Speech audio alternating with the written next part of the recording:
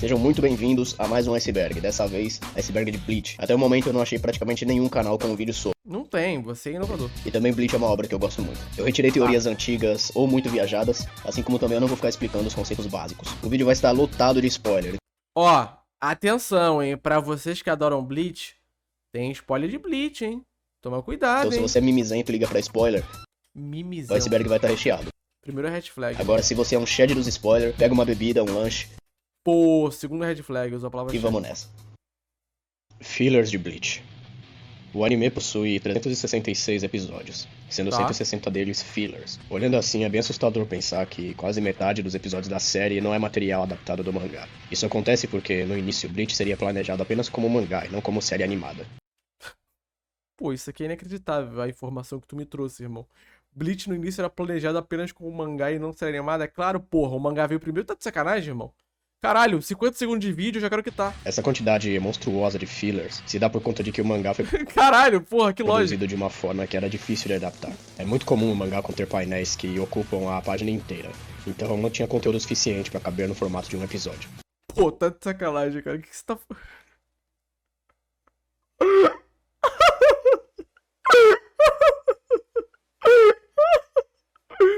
O mangá tinha painéis que ocupavam a tela, a página inteira. Não tinha como adaptar pro anime, a porra. Não fode, cara. Os fillers que vale mencionar são os Bounce, que é considerado um dos piores arcos da história. Além de filler, é longo e bem desinteressante no geral. O arco do Capitão Amagai, que é um novo capitão que aparece pra suprir o posto do terceiro esquadrão. E é um arco ok, não é terrível, mas também não tem nada demais. A Rebelião das Zanpakutos, que esse sim é legal, é bem construído e traz relevância pro cânone da série, expandindo como é a relação entre Shinigamis e Zanpakutos. Cara, esse vídeo é pós-ironia, né? Também canoniza a forma materializada das espadas, por algumas lutas que também são muito Se é filler, irmão, como que canoniza, cara? Tu tá maluco? boas. E tem o arco da Guerra dos Clones, que é mais ou menos, mas pelo menos tem ótimas lutas. A desaprovação de fillers em geral vem por conta de que é o famoso conteúdo pra encher linguiça, e que muitas vezes são posicionados em momentos terríveis entre os episódios. O arco da Soul Society é o melhor arco.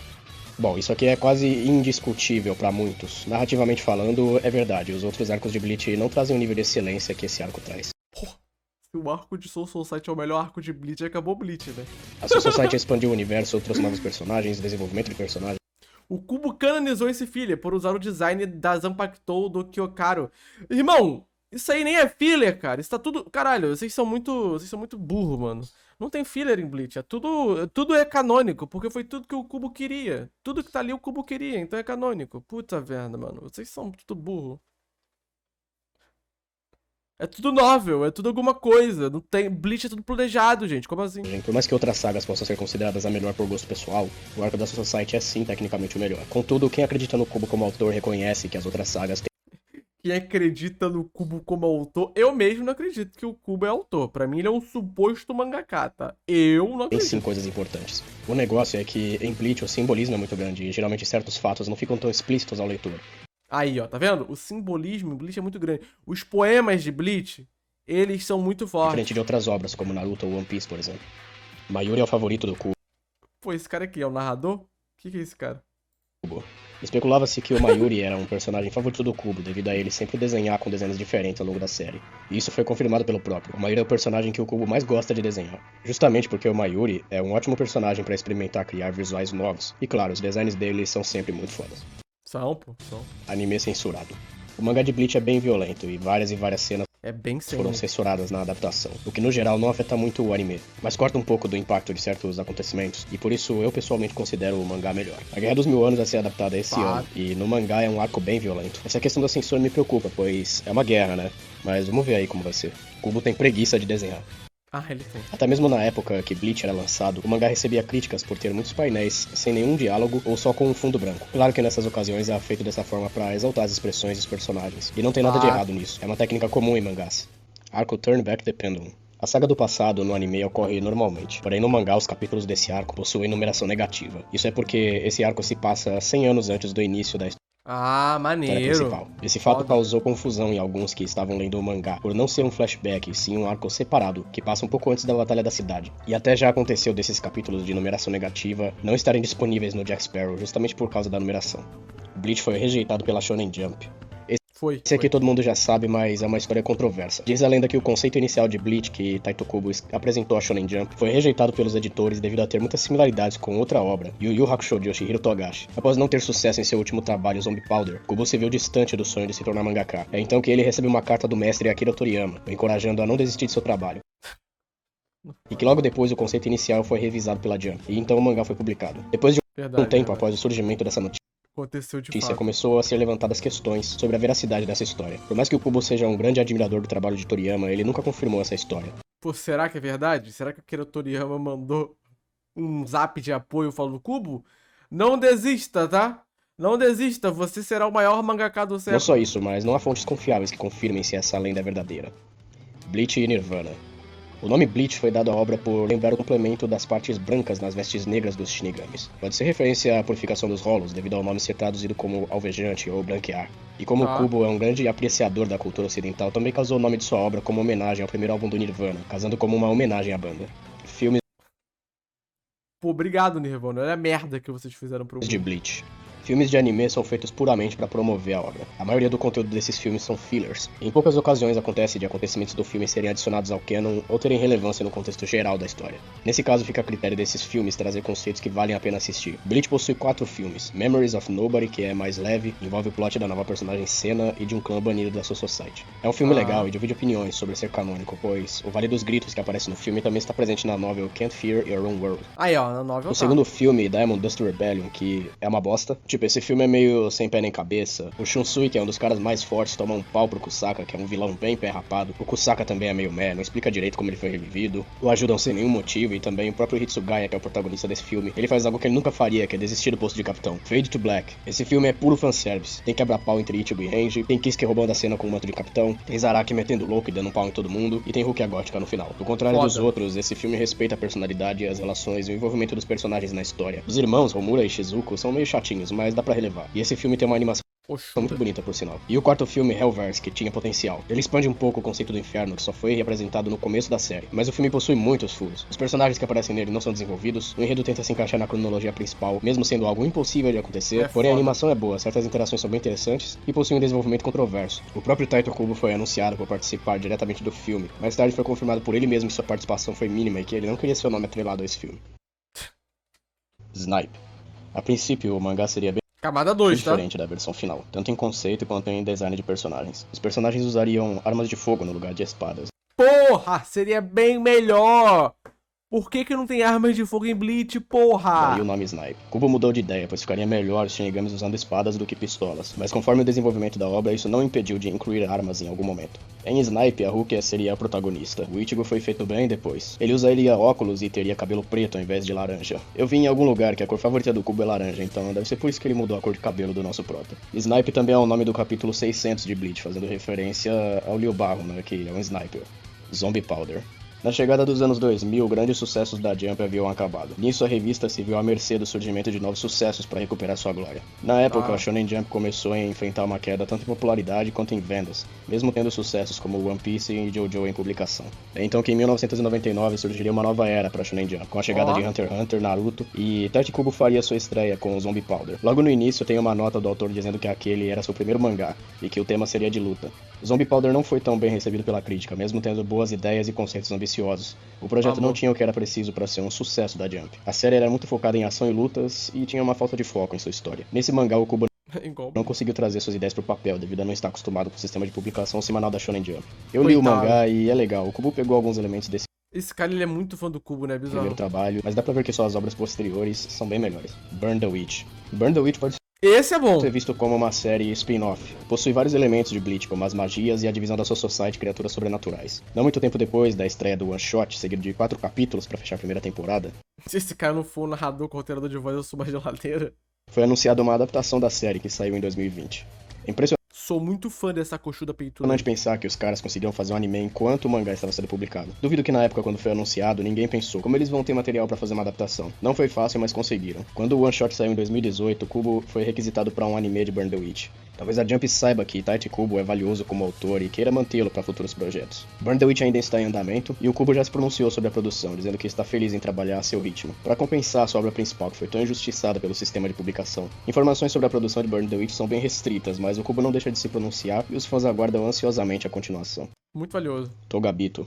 Togabito são os pecadores. Pessoas que cometeram atos terríveis em vida não vão pra sua society e são condenadas ao cárcere no inferno. Para impedir a sua fuga, são presos por correntes e são vigiados pelos Kushanadas, os guardiões. Quando um Togabito consegue sair do inferno, eles mantêm seus rostos cobertos por máscaras para fugir do olhar dos Kushanada. No inferno, o pecador não pode morrer, sendo revivido logo após quando acontece, sofrendo um tormento sem fim. Pouco antes do lançamento do filme 4, saiu um teaser mostrando Zio Aporo e Aroniero caindo no inferno, sendo derrotados por Shuren e seus comparsas. Esse teaser também tem no mangá, mas não parece ser canônico. Sinceramente, não dá pra saber ainda se personagens como Shuren e Kokuto vão ser canonizados. Muitos dizem que não, e eu também acredito que seja improvável, porque seria uma tragédia tentar adicionar os acontecimentos do filme na cronologia. A guerra contra os Queens e os experimentos de Mayuri. Sabemos pouca coisa acerca do passado do Mayuri. O que sabemos é que há 110 anos ele foi detido no nível mais baixo da prisão. Não é dito por que ele foi preso e as teorias não parecem ser tão plausíveis. O Departamento de Pesquisa em Desenvolvimento foi criado quando Kisuke entrou, mas não significa que não haviam experimentos na Society antes, pois como bem sabemos, Senjumaru já conhecia o Mayuri e também era uma pesquisadora antes de ser promovida para a Divisão Zero. A prisão do Mayuri pode ter algo a ver com os experimentos horrendos que ele fez com os Quincy depois da guerra, mas não sabemos de fato se esse foi o motivo para ele ser preso. Talvez ele estaria mexendo com algo extremamente perigoso ou que não era aceito pelas leis da época, provavelmente relacionado aos Quincy ou ao Rei das Almas. Chaz Domino. Chaz Domino é um Stern Hitter com a letra Sigma, que apareceu em Sigma. um só quadro do mangá. Ele toma um one-shot do Ichigo e nunca mais é visto. Porém, é uma história alternativa chamada Beginning of the Revival of Tomorrow, onde ele aparece como uma das criações do visionário Bemi. O poder de Chaz permite que ele recupere partes de seu corpo e se cure a ponto de quase se tornar imortal. Com essa habilidade, ele foi capaz de materializar a si próprio, se tornando independente do poder de Grêmio. Durante a segunda invasão dos Quincy, Chaz invade a Central 46 em busca de informações, para criar um outro Hogyoku e se tornar um Quincy holoficado. É então que Izuru, transformado em um zumbi, aparece para enfrentá-lo. Os acontecimentos dessa história não são canônicos, mas sim encaixariam bem. O legal é que explora dois personagens que nunca tiveram tanto destaque, o Izuru e o Chaz, né? E a luta deles é até bem legal, e é possível que esteja presente no anime. Jiroi, Iceringer e Grand Fisher. No final do capítulo 25, depois do Grand Fisher ser derrotado, ele foge pro Ecomundo. É mostrado Iceringer o consertando, e o Jiroi, dois personagens que nem existe esse personagem aí, e apareceriam bem depois. É ali que o Grand Fisher vira um Arrancar perfeito. Essa cena não tem no anime, só no mangá. Yuha é Zangetsu. O velho Zangetsu aparece pela primeira vez no treino com Urahara. Ele e também o White Ichigo servem a princípio como mentores pro Ichigo, ensinando o que é necessário para ele superar suas batalhas. Na saga da Guerra dos Mil Anos é revelado que o velho é na verdade o Yuha Barra, da representação dos poderes de Quincy do Ichigo herdados de sua mãe. O próprio velho explica que ele nunca foi inimigo nem aliado, e também que nunca mentiu pro Ichigo. Aquele que sempre esteve ao seu lado nunca foi ele, mas sim seu Hollow interior. Ainda assim, o velho Zangetsu é o centro dos poderes Quincy do Ichigo, e por isso ele se orgulha vendo o Ichigo ficar mais forte e estaria disposto a ajudá-lo, apesar de ser uma parte da alma de Yuha. Ashido e a Floresta dos Menos.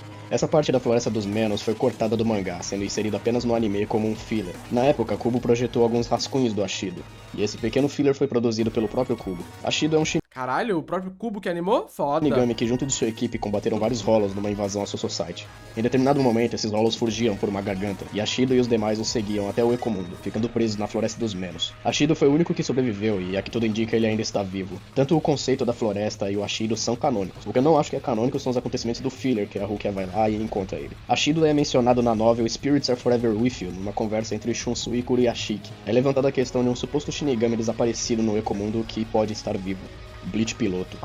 O capítulo 0 foi o conceito que Kubo apresentou a Shonen Jump depois do cancelamento de Zombie Powder. Vários elementos desse primeiro capítulo diferem da versão final, sendo eles: o Ichigo teria cabelo preto, talvez os Shinigamis encolheriam de tamanho baseado no seu nível espiritual, Orihime morre e vai pra sua society, os Hollows não teriam máscaras. Acredita-se que foi esse o one-shot recusado pela Shonen Jump e daí vem toda aquela história do Akira Toriyama.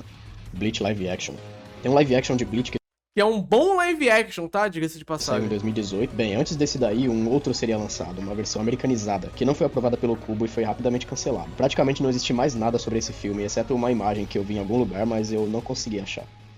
Óbvio que isso não é oficial, irmão, que ele é cosplay, cara. Puta que pariu. Ó, camada 3, hein? Byakuya foi revivido pelos fãs. Durante a primeira invasão do Vandenreich à Soul Society, Byakuya é massacrado por Asnod. Após ter seu Bankai roubado, é mostrada toda uma cena da Rukia pressentindo que algo aconteceu com seu irmão, em seguida mostrando a espada de Byakuya se quebrando e suplicando pela ajuda de Ichigo para salvar a Soul Society. Esse seria o momento perfeito representando o fim de Byakuya, que pede desculpas pra Rukia e Renji por não poder mais lutar por eles, e ter que deixar seu orgulho para implorar aquele que não teve pulso firme. Dia já foi seu inimigo. Mas não, ele não morreu, ficou desabilitado por um tempo e depois estava novinho em folha. Seria um choque tremendo a morte de um dos top personagens de Bleach. O problema é que Byakuya rouba a cena várias vezes depois, como por exemplo salvando a Rukia da indução do medo de Asnoth, tirando o impacto que teria a Rukia se vingar e não ser mais a sombra do seu irmão, ou então quando ele atropela 3 Stern Hitter fora de tela. Caralho, aquilo ali foi bizarro. A morte de Byakuya poderia ter um alto custo. Há uma teoria por aí que na época da publicação, Kubo recebera ameaças reais de fãs se Byakuya fosse morto. O próprio Kubo nunca disse nada explicitamente sobre o assunto, porém ele já disse que as redes sociais já influenciaram em seu trabalho. Há também rumores acerca dos editores que fizeram ele mudar de ideia, mas tudo isso são especulações. Agora a pergunta de $1 milhão. Byakuya deveria ter morrido? Deveria ter ido embora ali mesmo. Sim, muitos também concordam que ele ter sobrevivido não faz sentido, dado todo o momento mostrado no mangá. O medalhão de Yuha com a Zanka no Tachi. Ainda durante a primeira invasão do Vandenreich, é mostrado que os Stern Hitter possuem um dispositivo que pode neutralizar e roubar a Bankai de um Shinigami, permitindo usar seus poderes como se fossem dele. O medalhão possui algumas limitações, como por exemplo, o Quincy em questão, que estiver em posse da Bankai deve ser poderoso o bastante para poder usá-la. Yuha rouba a Bankai do velho, e afirma que somente ele poderia usar um poder daquele calibre, mas ele nunca usa o poder da Zanka no Tachi. Talvez ele nunca usou apenas para humilhar o velho, ou o Kubo só esqueceu mesmo. Será que ele esqueceu? Acho que não, cara. O Kubo não esqueceu. Mugetsu é uma Let's Steel. Essa é uma teoria que leva em consideração a herança Quincy de Ichigo, de que a Let's Steal é uma técnica que garante um grande aumento de poder ao usuário por um período, com um alto preço de selar os poderes daquele que a usa, criando um paralelo com o Mugetsu, que também o faz perder seus poderes. Porém, há uma diferença aí. O Let's Steal não faz com que o usuário perca totalmente sua sensibilidade espiritual, visto que Uryu, após a luta com Mayuri, conseguia ver Hollows e até usar algumas técnicas Quincy, mesmo com considerável dificuldade. O Mugetsu fez com que Ichigo perdesse sua percepção espiritual, a ponto de não conseguir mais ver espíritos. Ambas as técnicas são parecidas, mas são mecanicamente diferentes. O Mugetsu manifesta através do usuário se tornando o próprio Getsuga, ou seja, o seu próprio poder, enquanto o Let's Steal, através de um catalisador, no caso a luva, excede os limites de Quincy com uma sobrecarga de poder tão alta que sela os poderes daquele que a usa. As Tevas de Ukitake. O Capitão Joshiro é dito como um dos mais antigos e mais fortes do Gotei 13. Fato. E rodou fácil. Infelizmente não tivemos a oportunidade de ver ele muito em ação. Ele é um cara bem tranquilo e gentil, sempre evitando lutar quando possível. Contudo, há uma teoria que Ukitake esconde um lado sombrio, ou pelo menos já foi maligno em algum momento. O Ukitake poderia fazer parte do Gotei 3 original, assim como o Nohana e Yamamoto, que antes eram assassinos impiedosos. No presente mudaram e se tornaram pessoas melhores. Para reforçar essa teoria, temos alguns indícios. Primeiro, o Ukitake dá a insígnia de Shinigami substituto para Ichigo, sabendo sobre Ginjou e de que a insígnia serve para monitorá-lo e restringir sua Heiatsu, mas não conta nada a ele sobre isso. Na época, o Ukitake era um cara de boa. Pode ser que ele não tenha falado para não deixar o Ichigo preocupado, mas dá uma pista como o Ukitake pode ser persuasivo. Coincidência? Segundo, o espírito de sua Zanpakutou são 2 crianças, e como Olha só. Como a Zanpakutou é parte da alma de um Shinigami, o Ukitake foi um cara mau no passado, mas que em sua essência era bom, mudando de opinião depois de alguns anos. Terceiro, o Ukitake carregava Não entendi a lógica. Mas em si o braço direito do Rei das Almas, Mimi-Hage, uma entidade que se manifesta em forma de trevas. Em Bleach Brave Souls, na sua forma original, ao absorver o Kageoni de Shunsui, o Ukitake carrega um semblante perverso. Mesmo essa forma não sendo canônica, nos dá algumas pistas sobre sua verdadeira personalidade. O Arco do Inferno promete muito pra esse personagem, pra compensar, né? E seria insano ver ele como um vilão. Aizen não criou os Arrancar. Isso é mostrado algumas vezes no mangá e em outros conteúdos oficiais. Os Arrancar já existiam antes de Aizen. O Hollow remover sua máscara e adquirir poderes similares ao do Shinigami era um processo natural, como é visto com Ulquiorra e Stark. O que Aizen fez foi utilizar o poder do Hogyoku para criar novos Arrancar, alguns deles possuindo modificações ou poderes exclusivos. As Zanpakutou das famílias nobres. As Zanpakutou das famílias nobres são espadas que não possuem vínculo exclusivo com o único Shinigami, mas sim com qualquer membro com a família em questão. Geralmente são espadas com poderes extremamente quebrados, e que possuem um alto preço para serem utilizadas. No momento, vimos apenas 2 dessas espadas. A Shinken Hakyoken, usada por Nanao contra Liu Barro, com a habilidade de refletir o poder de uma divindade que seu portador está enfrentando. E a Engra Kyoten, da família Tsunayashiro, usada por Tokinada. Tem o poder de copiar a habilidade de qualquer Zanpakutou que seu usuário já tenha visto, mas com o custo de drenar a vida de seu portador. Bleach só continuou por causa dos fãs. Sabemos que a rotina de mangá... Mas isso aí vale pra qualquer mangá, né? O mangá só continua por causa dos fãs, porra. É bem exaustiva. Autores dão seu sangue para que seu trabalho seja reconhecido, e muitas vezes por conta do sistema de publicação são entregues obras de qualidade questionável, ou que foram comprometidas em algum momento. Bleach foi uma obra que sofreu muito. Até hoje é alvo de críticas injustas e má interpretações. Fato, ninguém entendeu o Bleach. Enquanto hoje em dia há obras vangloriadas, mas que reciclam técnicas e elementos que surgiram da velha guarda. Conforme a publicação do mangá, Taichi Kubo foi contraindo problemas de saúde sérios. Hoje em dia ele aprendeu a lição. Dar tanta atenção aos fãs enquanto publica sua obra pode dar vários problemas. Algumas decisões que Kubo viria a fazer na obra foram mudadas, devido a se preocupar muito com seus fãs. Na época, o autor seria diagnosticado com uma condição física na qual ele não poderia desenhar por um tempo, mas mesmo assim ele estava lá, trabalhando.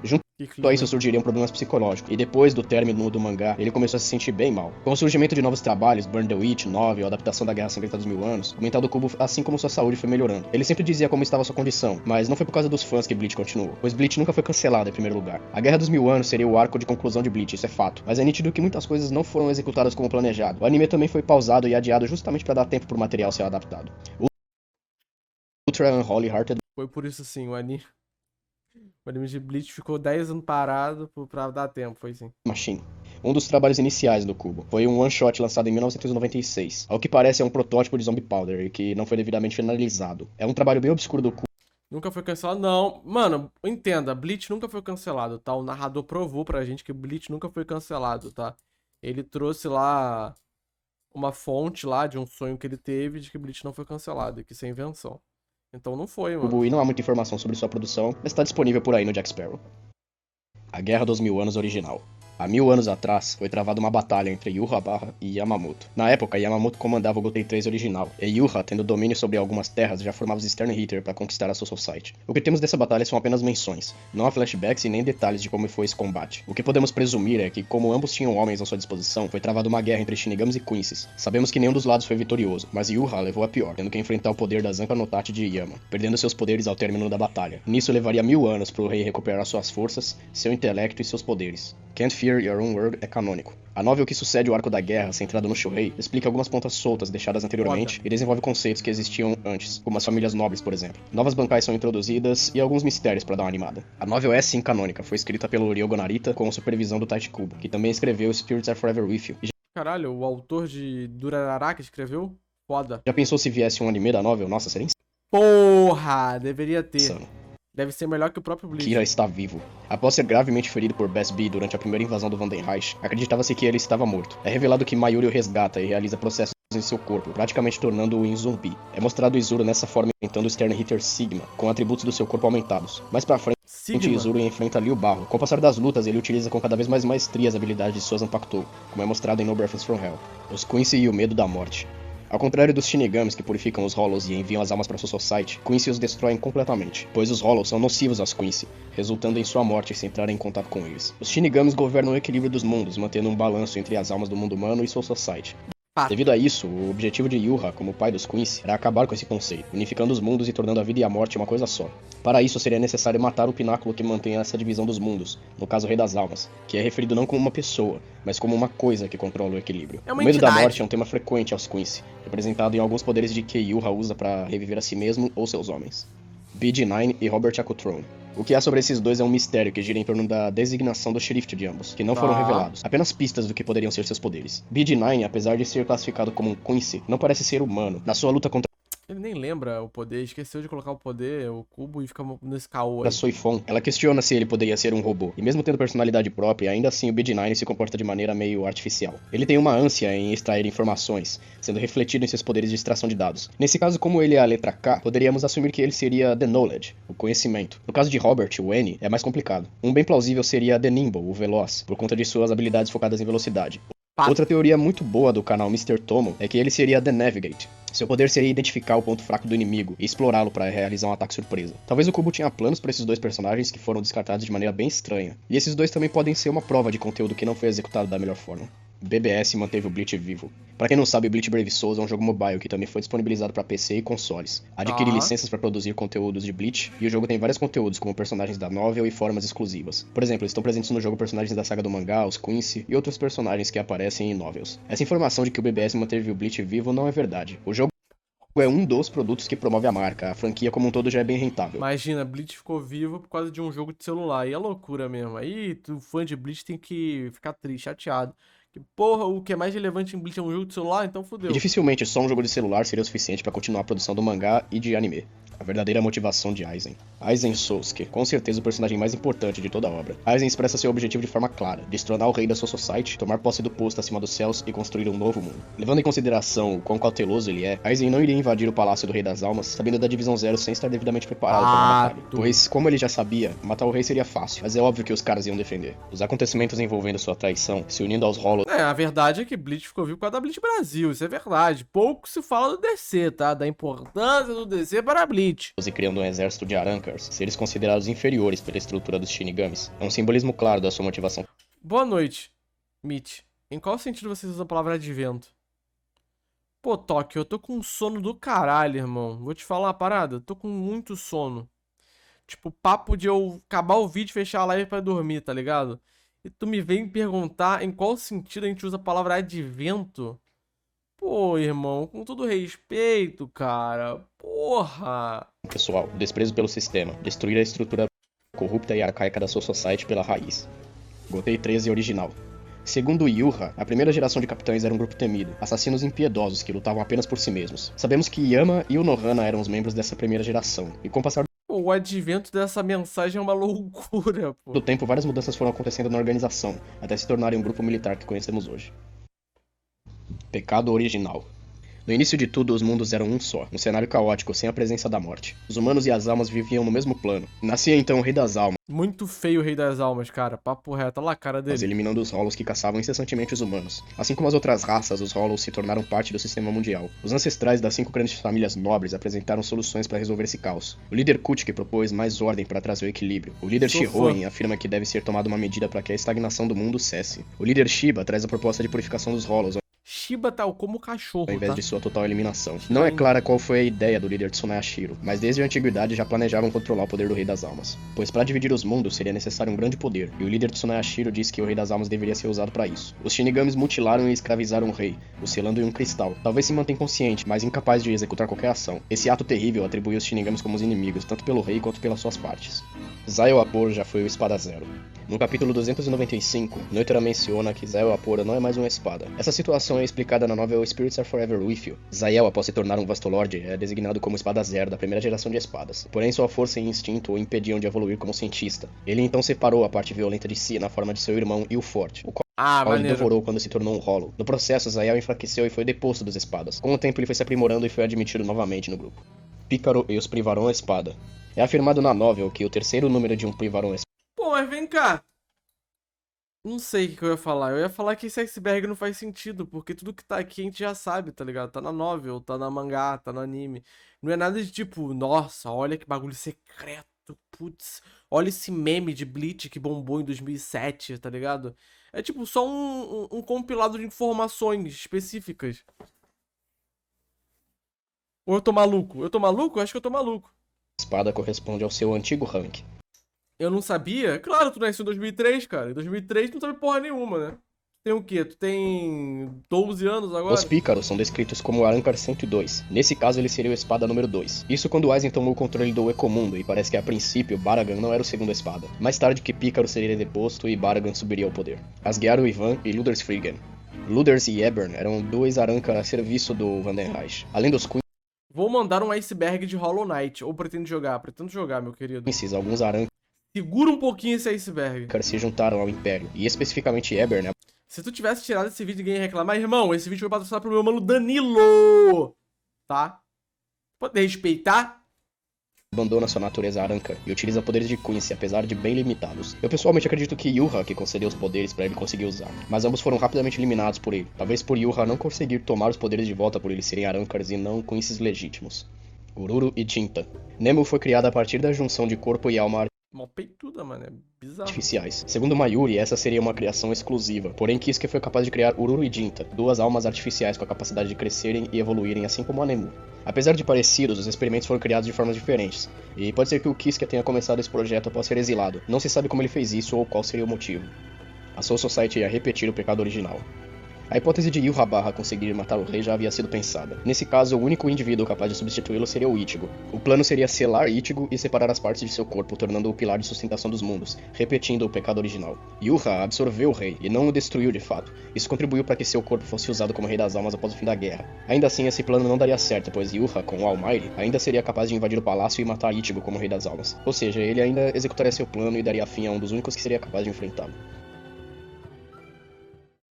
Bom, então é isso. Eu decidi Caralho, fazer... finalmente, irmão. Bom iceberg, hein? Adorei todas as informações de uma agenda que você trouxe pra gente nesse Iceberg, tá? Fiquei muito feliz, tá? Com o teu apoio a Bleach. É muito bonito ver um fã de Bleach, né? Eu que também sou um grande fã de Bleach, reconhecido por toda a comunidade, tá? Principalmente pelo Toshiro, o rei delas. Então, cara, realmente um ótimo vídeo, um ótimo Iceberg. Você tá de parabéns.